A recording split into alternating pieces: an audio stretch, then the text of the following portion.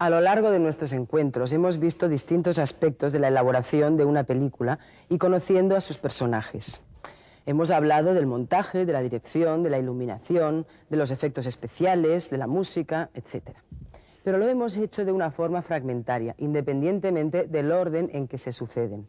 Pues bien, hoy vamos a hablar de todos esos elementos dentro del desarrollo del proceso de producción de una película. Tarea muy difícil que implica a un gran número de profesionales, pero que a la vez es una aventura apasionante que culmina en la hora y media o 2 de película que el público verá en la sala. Te he mentido. Yo sí te olvidaré a ti. Te habré olvidado ya esta noche.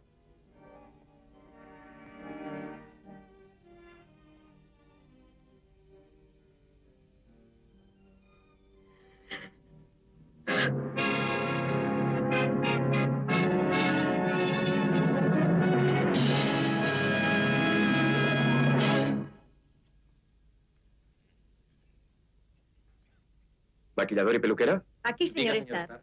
Han hecho de ella un ángel. No sé cómo lo han conseguido. Enhorabuena. Gracias, señor Starr.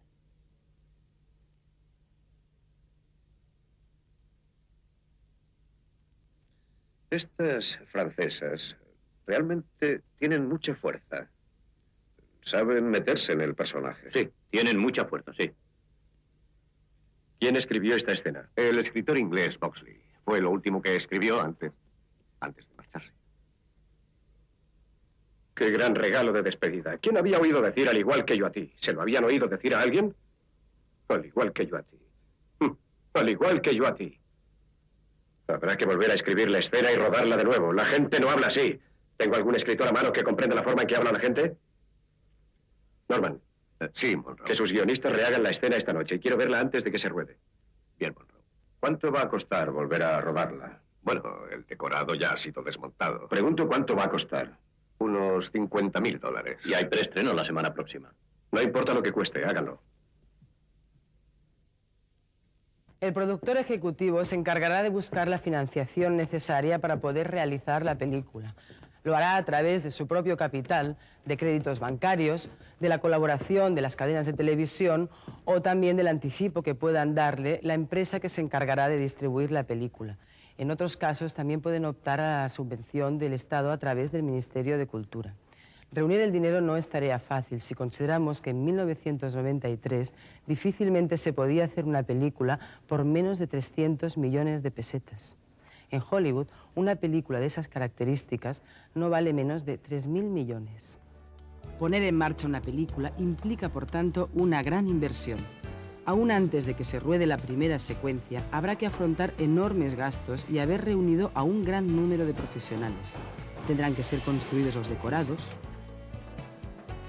El regidor de medios habrá buscado y alquilado o comprado los objetos y utensilios que jugarán en la acción. Los atrecistas, según las pautas marcadas por el decorador, habrán seleccionado el mobiliario y los accesorios necesarios para ambientar adecuadamente el decorado.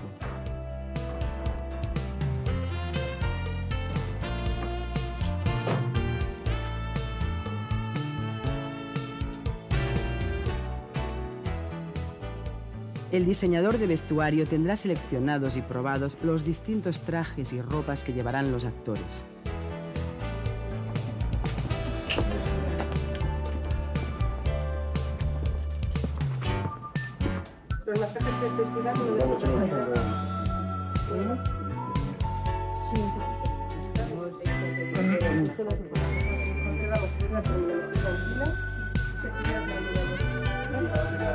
Me queda poco. Se habrán hecho las pruebas de maquillaje y peluquería para ajustar el aspecto de los actores al requerido por el papel. ¿Qué? ¿Esta? Sí, yo creo que sí. ¿La de cabaña? Sí. Creo que sí quiero probar. Sí, no sé, que te la vamos a probar. Si al final siempre me toca a mí. ¿Comprendes? No te quedas fallado. Siempre me lía, ¿no?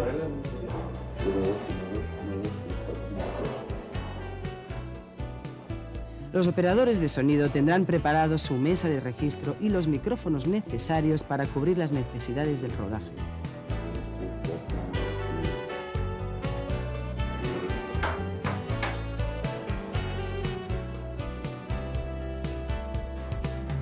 El equipo de cámaras habrá comprobado el perfecto funcionamiento de la cámara y los objetivos.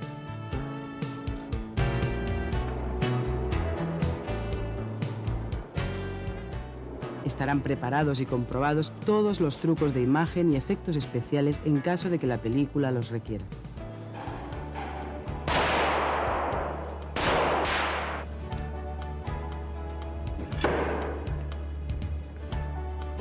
Muy bien, está funcionando, estupendo.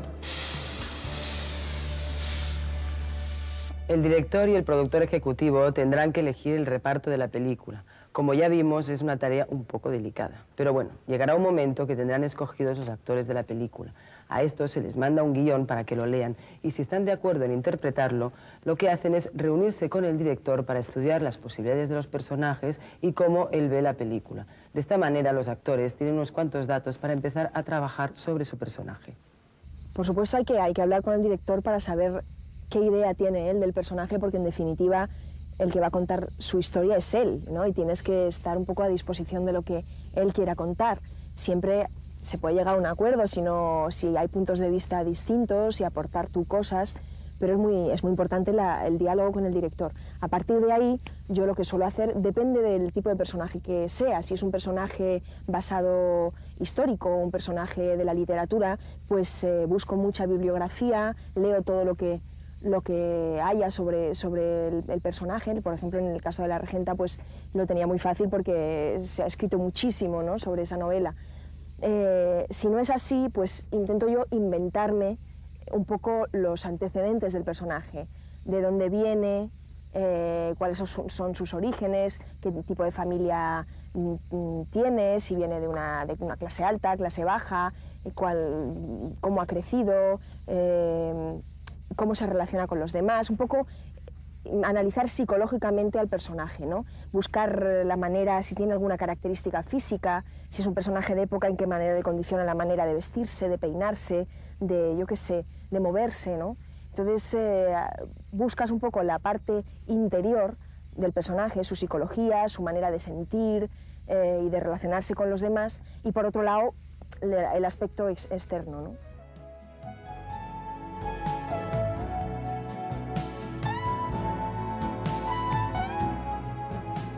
El decorador, a partir de su propia lectura de guión y de las instrucciones del director, desarrollará sus ideas para crear o localizar los distintos escenarios en que se filmará la película. Dibujará plantas y alzados de todos ellos que servirán de guía a todos los profesionales implicados en la realización del decorado y la ambientación.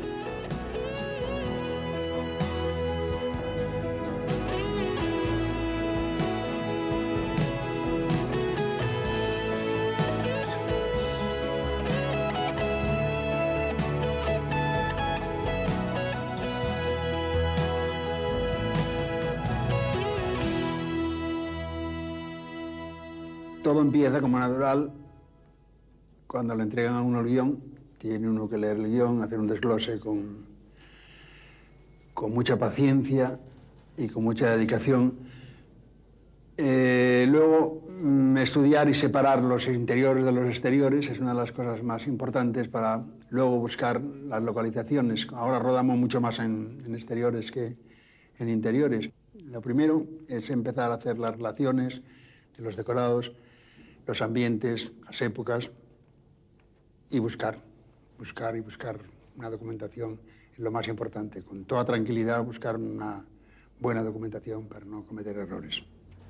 A veces los decorados no tienen ninguna importancia. A veces por la historia, por los actores, por la acción, por muchas cosas, el decorado tiene muy poca importancia. El decorado pasa a segundo término. Pero, sin embargo, hay historias que necesitan, porque el decorado es protagonista. No solamente cuando son los decorados lujosos y, en fin, de gran aparato, sino cuando son simples, humildes o feos. O sea, hay unos ambientes que son interesantísimos para poner en el fondo del personaje. indudablemente una localización buena o un decorado bueno puede perderse totalmente si está mal iluminado o mal fotografiado. Es como si dijéramos, es una cosa importante, importantísimo. Me ha pasado muchas veces en decorados con los que yo no tenía mucha fe y estaba un poco incómodo con ellos, y al verlo luego en proyección fue una sorpresa enorme porque quedaba muy bien. También me ha ocurrido lo contrario. A veces que estaba yo encantado con un decorado y luego por una serie de circunstancias, por la iluminación o por lo que sea, o por la acción, me quedé defraudado al verlo en pantalla, ¿no? El productor ejecutivo habrá delegado el análisis económico y el control de la película en un equipo dirigido por un jefe de producción que, junto al ayudante de dirección, hará un desglose de las distintas necesidades técnicas y artísticas de la película.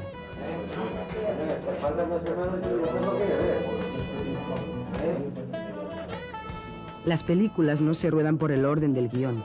Es necesario agrupar los decorados y las localizaciones para evitar la pérdida de tiempo en los desplazamientos y las fechas en que trabajarán los distintos actores según estén disponibles. Combinar estos y otros factores es una tarea complicada que se concreta en un plan de trabajo. Por fin hemos conseguido la infraestructura necesaria para esta difícil y arriesgada aventura. El circo del cine se pone en marcha. Camiones para trasladar el equipo de iluminación y de cámaras, grúas y travelings, camión cocina, roulots para el maquillaje y el vestuario, coches para trasladar a los actores y al equipo. Cuando todo está listo y se cita al equipo para el primer día de rodaje, todo el equipo tiene eso que los actores llaman mariposas en el estómago.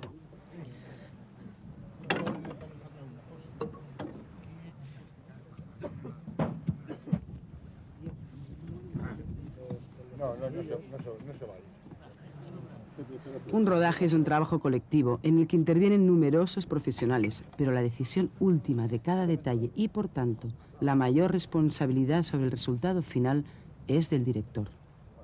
Si que la cámara empieza a arrancar, después de que te da la lanza, pues como 2 o 3, 3. 303, 4 primera. ¡Acción!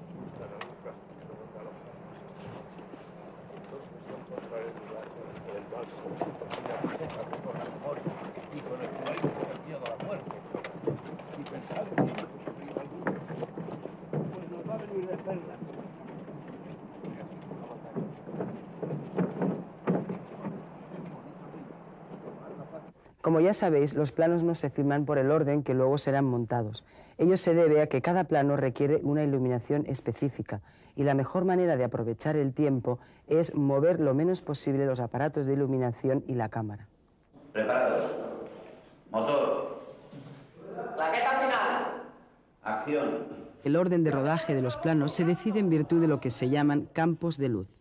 Es decir, se ruedan unos tras otro todos los planos que correspondan a una posición determinada de la cámara y que, por tanto, tendrán una iluminación similar. Después, se mueve la cámara y se modifica la iluminación para rodar otra serie de planos. 9-5 tercera. Tú el golpe lo acusas aquí. Claro, y te vuelves aquí, cuando se da la vuelta... Sí, ya está maquillado. Que parezca que te da... El golpe va en corto. Claro, nosotros estamos aquí laterales. Aquí se puede parar la acción. O sea, si no queréis que se acerque, aquí se puede parar porque es que yo estamos aquí con una cámara, con un angular, y yo tengo que ver esto. Desde aquí. Claro.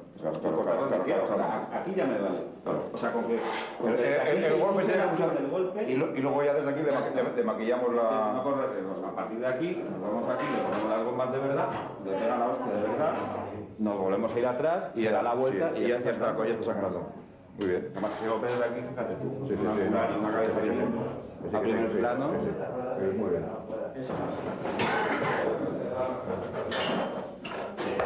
Fuera. Sí, señor. Cuando un director filma una escena, su primer objetivo es colocar la cámara de tal manera que capte con la mayor eficacia cada fragmento de la acción y cada detalle significativo, pero además necesita conseguir que todos los planos unidos produzcan en el espectador una sensación de continuidad y le mantengan ubicado respecto a la acción y el escenario en que tiene lugar. ¡Acción!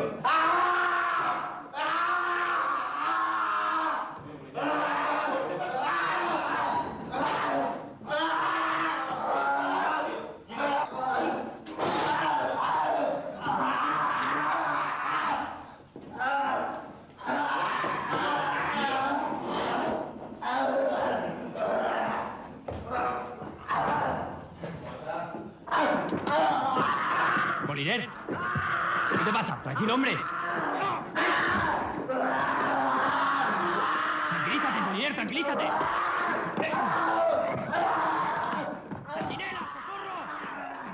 En definitiva, intenta que la escena comunique al espectador los hechos importantes y le produzca la emoción pretendida sin que se dé cuenta de que está filmada en planos diferentes. Ya desde los primeros tiempos, los realizadores comenzaron a observar una serie de reglas y convenciones que les permitieran conseguir este objetivo.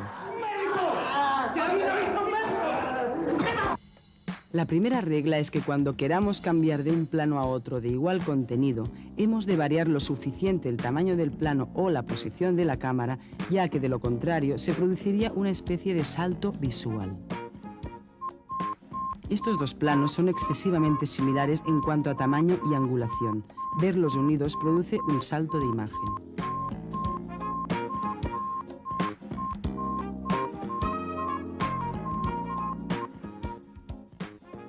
Por el contrario, si cambiamos el emplazamiento de la cámara y recortamos el cuadro, el paso de un plano a otro se produce de una manera más fluida.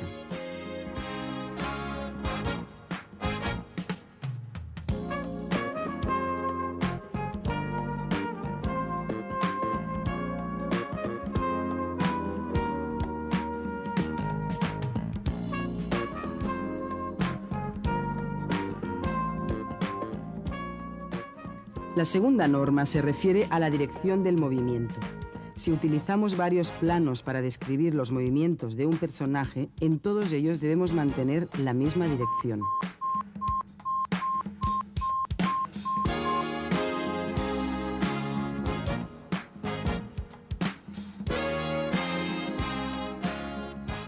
La tercera norma se refiere al denominado salto de eje. Cuando filmamos una escena desde un ángulo determinado, se establece un eje, una línea ideal que pasa entre los personajes y que determina la posición de los mismos. Las distintas posiciones de la cámara deberán moverse en un ángulo máximo de 180 grados respecto al eje establecido. Si colocamos la cámara sobrepasando la línea que nos marca el eje, el plano resultante variará la posición de los personajes. Al montarlo con el plano anterior, nos producirá un fuerte salto de posiciones que molestará y desorientará al espectador.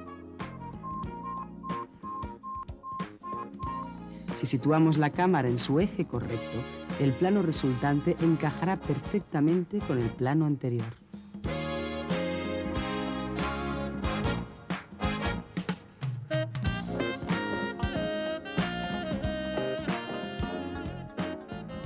Y lo mismo ocurre si variamos de ángulo para poder hacer el contraplano correspondiente.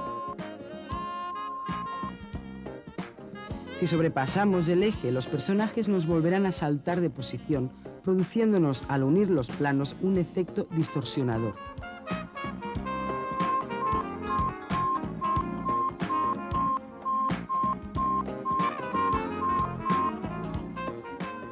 Si colocamos la cámara correctamente, los planos se unirán de manera armónica.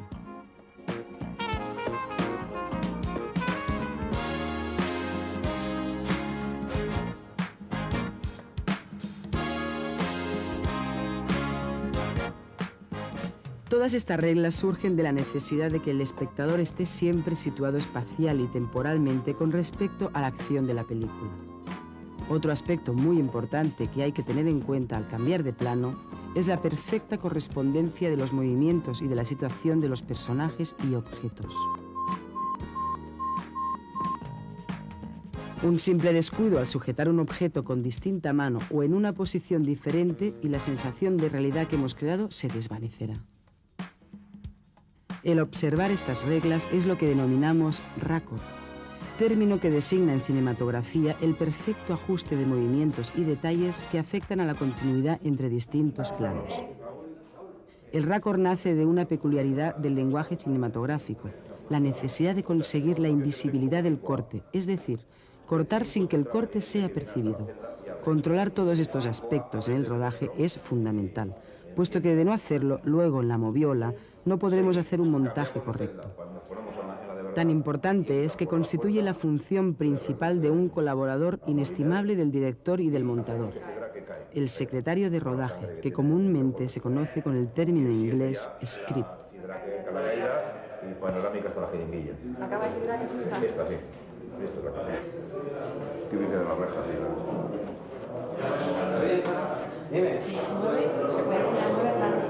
Ya sabemos que la iluminación es uno de los aspectos más importantes para determinar la calidad estética de una película y que puede ser utilizada como elemento creativo. Pero además, un director de fotografía tiene que poseer los conocimientos técnicos necesarios para igualar la luz de los planos de una secuencia. ¿Y cómo se hace eso? Pues cambiando la iluminación en cada plano.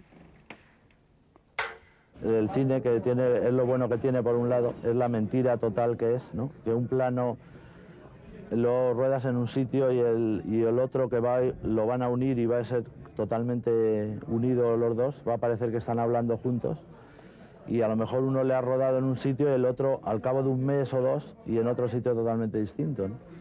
Entonces, claro, el espectador como los va a ver juntos, ¿no? Siempre hay un ambiente de iluminación que es el que hay que mantener para que el espectador no se entere de que aquello lo has hecho otro día y a otra hora. Entonces se intenta y a veces se apunta cuando la cosa va a ser el siguiente, el contraplano que se llama, con el que habla, va a estar en otro sitio, se apunta el tipo de luz que hay, de dónde le viene, la intensidad, el grado de contraste, ¿no? Siempre que hay una imagen hay una parte con luz y otra con sombra. Entonces, todo ese contraste es lo que hay que mantener a lo largo de la secuencia para que no se note que está rodado en distintos sitios, ¿no? Yo realmente he empezado haciendo TVOs, ¿no? Una vez que está todo coordinado por el ayudante de dirección, se prepara la puesta en escena de la primera secuencia. La puesta en escena consiste fundamentalmente en marcar la situación y los movimientos de los actores y todos los elementos interpretativos en el escenario a lo largo de toda la escena y en función de cómo vaya a ser contada por medio de los distintos planos que encuadrará la cámara. Hacer una buena puesta en escena es de vital importancia. Podemos comprobarlo con un ejemplo.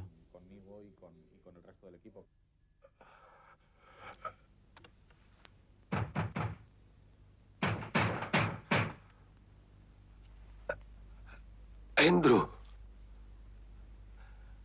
no lo olvide. Tiene que convencerles de que solo ha sido un juego.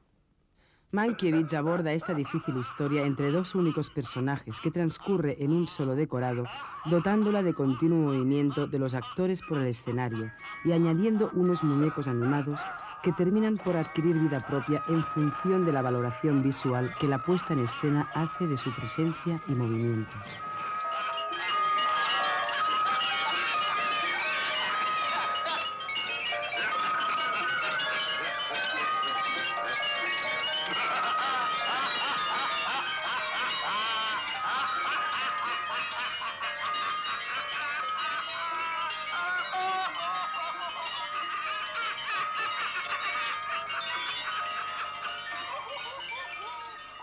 Es fácil imaginarse lo diferente que hubiera sido esta película si en lugar de marcar los movimientos a los actores y utilizar los muñecos como elemento interpretativo, cosa que no figuraba en el guión, Mankiewicz hubiera mantenido a los actores estáticos y diciéndose los diálogos a lo largo de la película.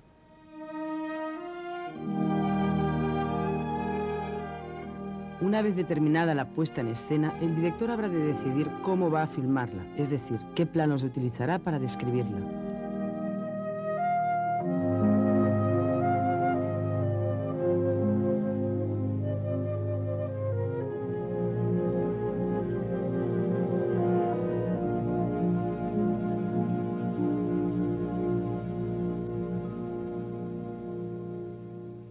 Como hemos dicho, el director puede abordar la descomposición de una secuencia en planos de diferentes maneras.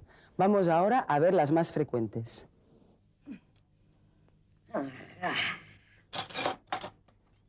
¿Qué tripas se la ha roto ahora? Y encima refunfuñando. Puede dividir la escena en planos consecutivos y rodar exclusivamente el fragmento de acción correspondiente a cada uno de ellos. Y aquí hay 1 kilo y 3 cuartos.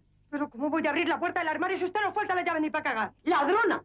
¡Que eres una ladrona! Y usted no me llame a mi ladrona, ¿eh? Que yo soy mucho más honrada que usted. Yo a través de las 10 películas que llevo hechas empecé... No llegué nunca a hacer un storyboard, pero sí que empecé haciendo una planificación teórica muy rígida, entre otras cosas porque eso me daba la tranquilidad de que no me iba a trancar en el proceso del rodaje, es decir, que si no hacía... incluso si cambiaba el plano, porque visto los ensayos pensaba que tenía que hacerlo de otra manera, tenía el recurso de esa planificación teórica de esto va en plano general, esto en primer plano, esto en plano medio. Eso ya no lo llevo preparado, en cualquier caso sí que lo hago, pero lo hago de otra manera. Es decir, yo llego al decorado o al exterior donde se vaya a rodar, llamo a los actores que estarán previsiblemente en maquillaje, hago un ensayo con ellos, hago eso que llamamos un teatrillo de toda la secuencia, y en el momento en que he visto cómo lo hacen, llamo a mi ayudante, llamo a la script y llamo al segundo de cámara y digo, venid para acá, mira, vamos a hacer de aquí a aquí en primer plano, plano 1 va de aquí a aquí, esto va en plano medio, aquí montamos una vía que va de aquí a aquí, tal, esto con este objetivo, esto con esto y ya está, y se ha terminado. Entonces lo hago a partir de la interpretación de los actores, que siempre creo que es la que está mandando en el tipo de plano que hay que hacer. La verdad es que yo rodando soy un suicida, es decir, no ruedo casi nunca un máster porque luego me encuentro con que me he equivocado al hacer algún plano, es decir, o que no está del todo bien un primer plano que he hecho, pues por interpretación, por angulación mía, por iluminación, por lo que sea, y me lo tengo que tragar. Y tengo que montarlo porque no me queda otra posibilidad, porque no tengo rodada otra posibilidad. Pero es que si en vez de montar ese primer plano que me ha quedado mal, yo tuviese que ir a un plano general máster que tengo rodado, para mí estaría igual de mal. Es decir, porque no tiene que estar en ese tamaño de plano, sino que tiene que estar en primer plano. Es decir, no suelo hacer un plano máster casi nunca, excepto en los momentos en que eso ayuda a la interpretación del actor. Es decir, si tengo a dos actores en plano medio y están metidos en situación y están hablando entre ellos, y voy a recurrir a ese plano 2 o 3 veces a lo largo de la secuencia, lo ruedo entero, incluso lo que sé ya que no voy a montar, pues porque lo voy a montar desde el otro lado en contraplano con otro actor. Yo ruedo mucho planos medios con escorzo de espalda del que está hablando con el de enfrente, y en ese sentido, por supuesto, los ruedo completos, no voy a rodar solo los trocitos que se está viendo al de frente. Pero lo normal es que no haga plano máster. Por supuesto, no ruedo nunca desde 2 ángulos distintos el mismo plano. Yo sé que hay gente que le gusta cubrirse y que hace muy bien, luego veo las películas y les quedan muy bien. Pero es que yo no sé rodar un plano, no sé dirigir ni siquiera a los actores para decirles que hagan un plano que sé que no voy a montar, y si no lo voy a montar, pues no lo ruedo. ¿Vas a llorar ahora, cuando has sido tú la que ha tomado la decisión? Me ponen tristes las despedidas. Pero seguiremos viéndonos, ¿no? Mira, ¿sabes lo que vamos a hacer? Vamos a celebrar tu final de trabajo. Estoy seguro de que va a ser un éxito. Pero el director también puede rodar primero lo que se denomina plano máster, es decir, un plano que recoja la totalidad de la acción, aunque deje fuera de cuadro en algún momento a alguno de los personajes. Aunque solo sea mojando un poco los labios. Toma. Haz tú el brindis. Pues por ti, Fernando. A continuación, filmarán los planos cortos necesarios para reforzar la narración y describir convenientemente las acciones y reacciones de los personajes.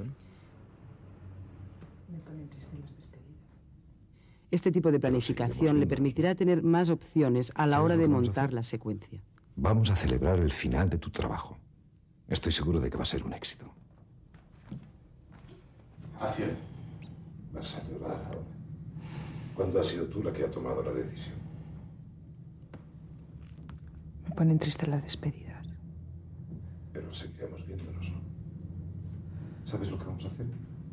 Vamos a celebrar el final de tu trabajo. Estoy seguro de que va a ser un éxito.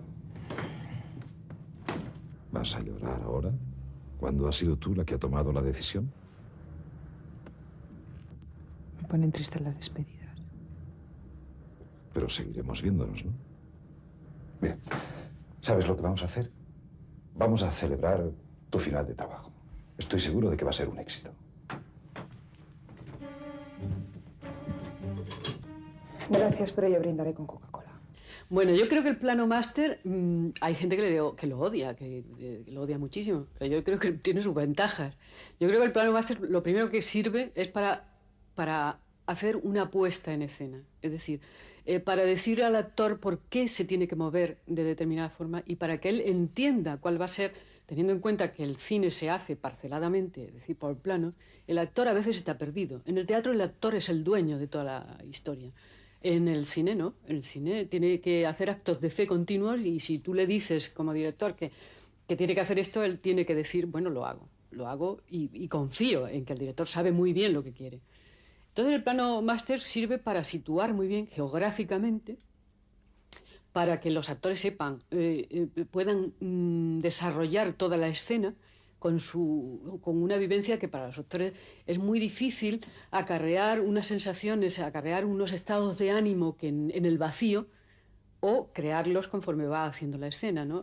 O sea que para el actor yo creo que es mucho más fácil. Pero no solo para el actor, también para el cámara que ha de seguir luego esos planos, para todo el equipo que empieza a saber valorar qué es lo que luego nos vamos a acercar, ¿no? a ese momento, ¿no? Entonces queda planteado en el máster, ya te digo, que la geografía y sobre todo la confianza del actor y el revivir la escena de una forma que puede ser mucho más interesante a la hora de los resultados. Luego, si no se hace el plano máster, pues se tiene que hacer otra cosa similar, que es una especie de cosa que nosotros le llamamos el teatrito, que es que llegas al plató y sin poner las luces y sin montar la cámara siquiera, pues tú le dices a los actores, vamos a hacer esta escena y esto va a ser. Y tú vas a estar sentado aquí o te vas a mover hasta allí, teniendo en cuenta que los movimientos dentro de un plano no deben ser nunca gratuitos, sino que tienen que ser siempre motivados por algo, o sea, deben ser expresivos. O sea, que no se puede mover porque sí, sino porque realmente en el momento emocional que está viviendo el actor, eso tiene un valor. Y bueno, ya te digo que o te planteas eso, o te planteas el teatrito, te planteas el máster, el teatrito, o bien tienes que hacer planos secuencia, porque si tú vas a utilizar el plano y contraplano en algún momento, te conviene mucho hacer el máster. ¡Estate quieto! No son horas de jugar. Deja en paz eso, hombre, que vas a soltar el freno y nos vas a dar un disgusto. ¡Si no hago nada! Ya están ahí. Pero también, si el decorado lo permite, es posible rodar toda la escena en un solo plano, desplazando la cámara para seguir la acción principal en lo que se denomina plano secuencia. Este tipo de narración es muy efectiva, pero requiere un gran pulso, puesto que si se producen tiempos muertos, no podrán ser cortados en el montaje. ¿Y qué hago ahora con la familia? Jesús. Que esperen arriba. A la toma, Julián. ¡Abajo todo el mundo! No, calma. ¡Apearos! Don Matías, por favor, ¿podría subir esta gente a su casa, pobrecitos, mientras vamos? Hombre, yo naturalmente... Muchas gracias. ¿Ya está? ¿Solucionado? Venga, tenéis que todo esperarme. Lo tengo que arreglar. ¿Pero qué pasa ahora? Vuelvo enseguida. Sí, eso dices. Aquí todo está manga por hombro. Ni se cena ni nada. Vamos, hijo. Vámonos. Anda que otro año. Bueno, abuelo. A eso no se sale del pueblo. Arriba. Plácido. Paquito, pórtate bien, ¿eh? Plácido, por favor, que es muy tarde. No llegamos a tiempo. Hay un enfermo en trance de muerte. ¡Anda, mi abrigo! Nada. ¿Sube a por él? No, subo. El que se muere soy yo con esta sinusitis. ¿Dónde es eso? Herrería Oye, 18. no hay ascensor, llevarme. Luis Martínez. Yo me quedo aquí.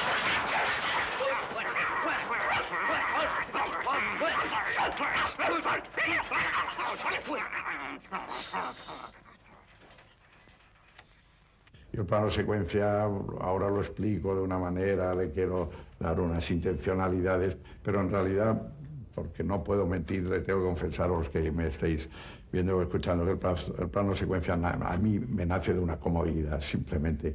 Esto de cambiar la cámara de plano contra plano, de esto, que ahora entiendo que hago bien y que el plano secuencia para mí está mucho más justificado y que es mucho mejor para las películas que el plano y el contraplano, pero el nacimiento es por comodidad, porque me fastidiaba esto de tener que cambiar una vez terminado un plano y todo este problema también de los ejes y todo, que siempre nos traía unas pequeñas correcciones.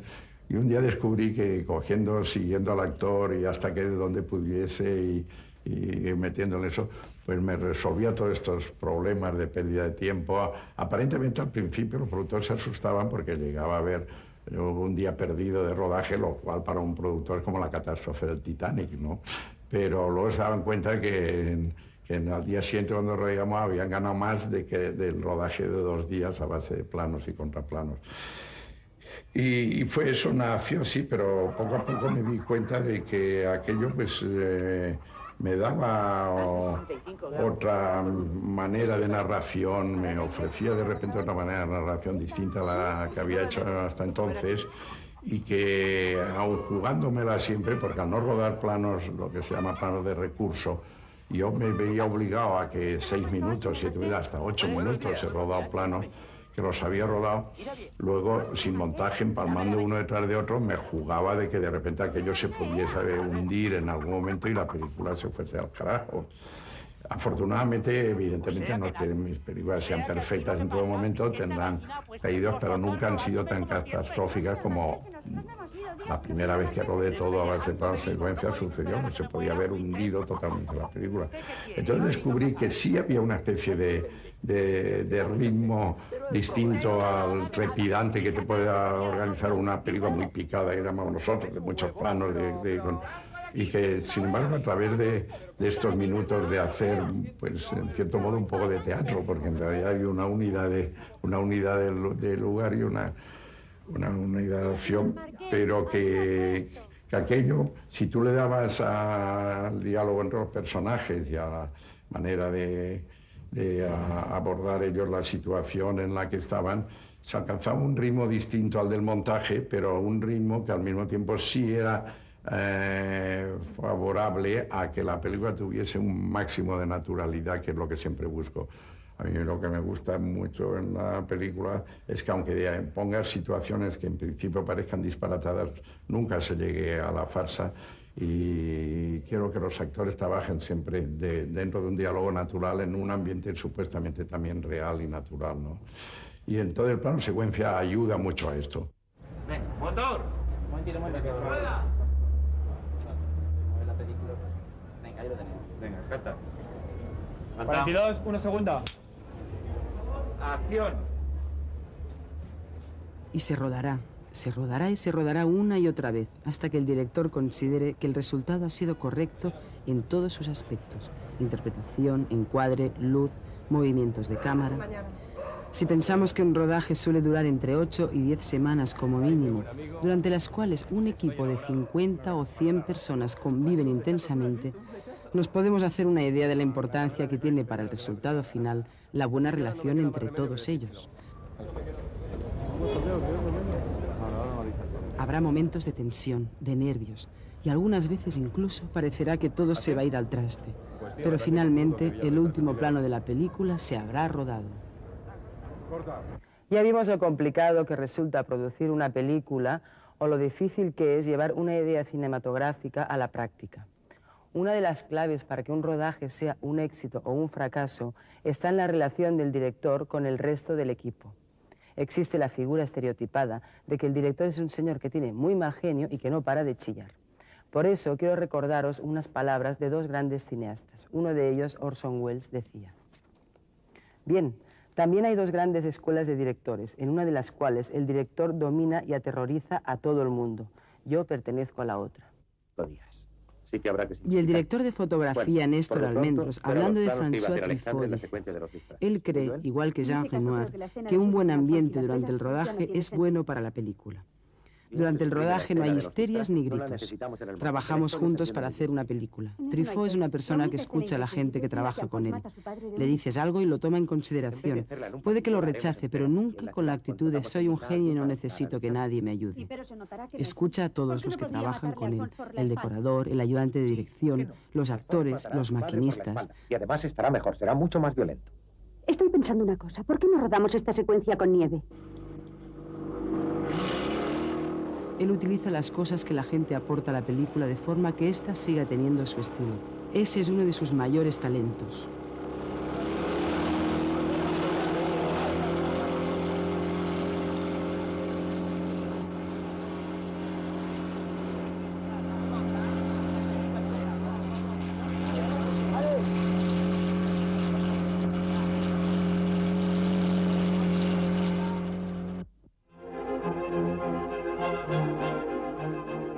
Y entonces todo el bullicio que acompaña un rodaje desaparecerá. y el director se encerrará en la sala de montaje tan solo con el montador y sus ayudantes y miles de metros de película.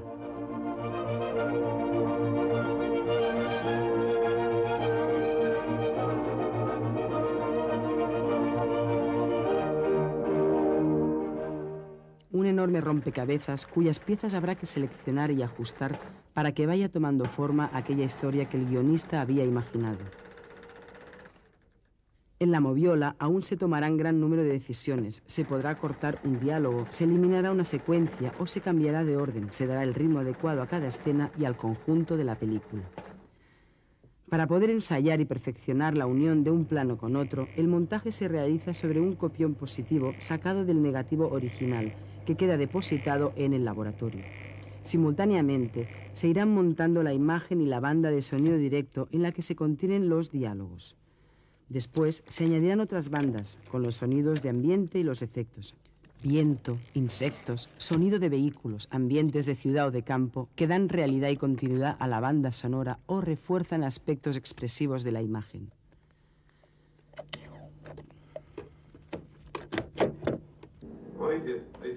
Un laborioso trabajo que hoy en día se realiza cada vez con más frecuencia con la ayuda de un ordenador en lugar de en la tradicional moviola.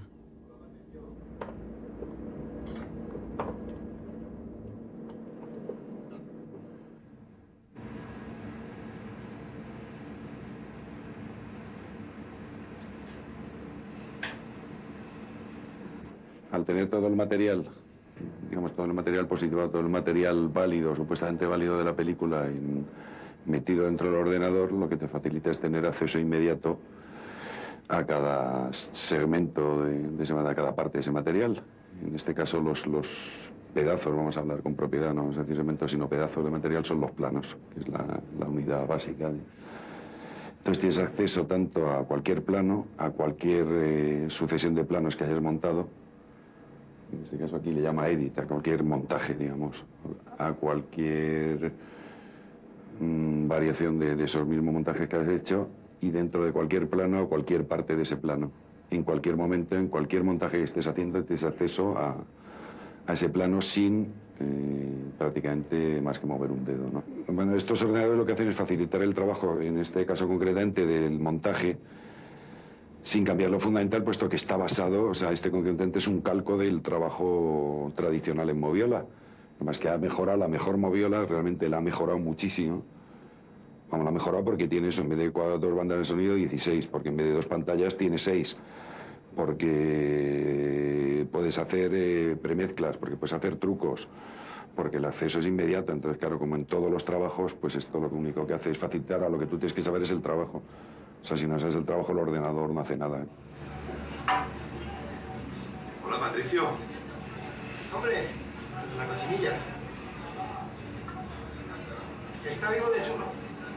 ¿Te acuerdas? Me diste un susto de muerte. ¿Puedes dejarme tu número de teléfono? El otro día se me olvidó pedírselo a tu suegro. Sí, apunta. 27. Sí. 03. 13. Pablo. Vale, ya estoy afinando, o sea, Vale, pues voy preparando. Ahí está clavado. Vamos a ver. Ahí está. Un poquito alto. Estás un poquito alto. ¿Está grabando, Luis? Sí. Cuando tú me digas, Pablo. Bueno, muy bien, pues vamos allá. Vamos a ver. Atención, bloque número 11.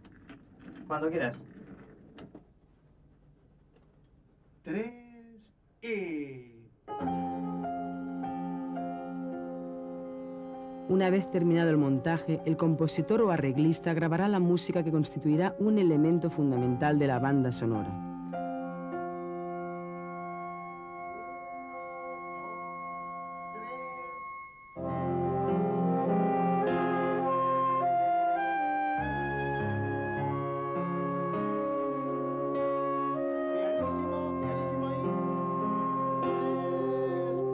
La creación definitiva de la banda sonora se efectuará mezclando todas las bandas de sonido en una. Esta es aún una fase creativa en la construcción de una película, ya que se puede jugar con diferentes niveles de sonido para producir distintos efectos, distorsionar un sonido poner una música subrayando o siendo un protagonista.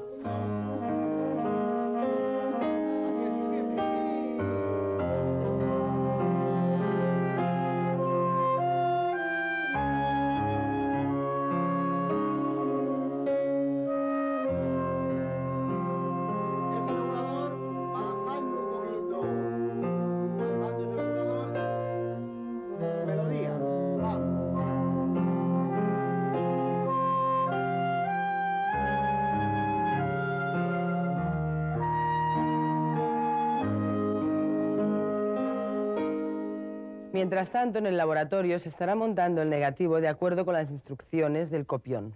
Se tirarán las copias de la película igualando la luminosidad y los colores de cada plano. La película está acabada y pasa a manos de la empresa que se encargará de distribuirla a las salas de cine y de promocionarla. El día del estreno por fin habrá llegado.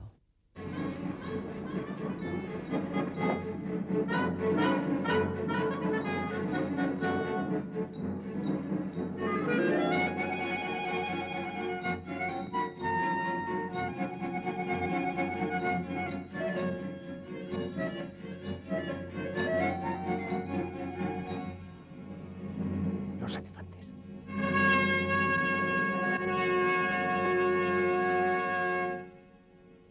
Lo que ahora se verá es el resultado del trabajo de meses e incluso de años. Un trabajo de creación personal y colectiva que une arte, oficio y técnica y que solo tiene un objetivo: encontrarse con el público del que depende su éxito o su fracaso.